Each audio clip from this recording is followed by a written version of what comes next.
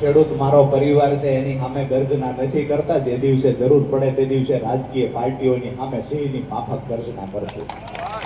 જરૂર પડશે અને ખેડૂતોના કામ અટકશે તેની સરકાર સામે પણ મોરચો માંડીશું. અને જે લોકો માત્ર ખેડૂતોનો રાજકીય વોટ બેંક તરીકે ઉપયોગ કરે છે, જેના ચાવવાના જુદા છે, જેના દેખાડવાના જુદા છે, એ લોકોને પણ ખેડૂતોની સામે ઉઘાડા પાડવાનું કામ પણ રાજુ ગરબડાનો ખેડૂત આગેવાન તરીકે છે.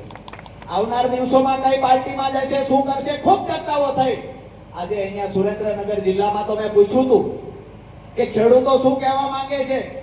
ખેડૂતોની વાત હતી તમે જ્યાં જશો ત્યાં અમે શું, તમે કોઈ પાર્ટીમાં જાવ તો અમને વાંધો નથી. આવી સુરેન્દ્રનગર જિલ્લાના ખેડૂતોની વાત હતી. એમની એ વાત હતી કે અમને ભરોસો છે કે જ્યાં પણ જશો ત્યાં અમારા ખેડૂતોના કામ કરાવશો.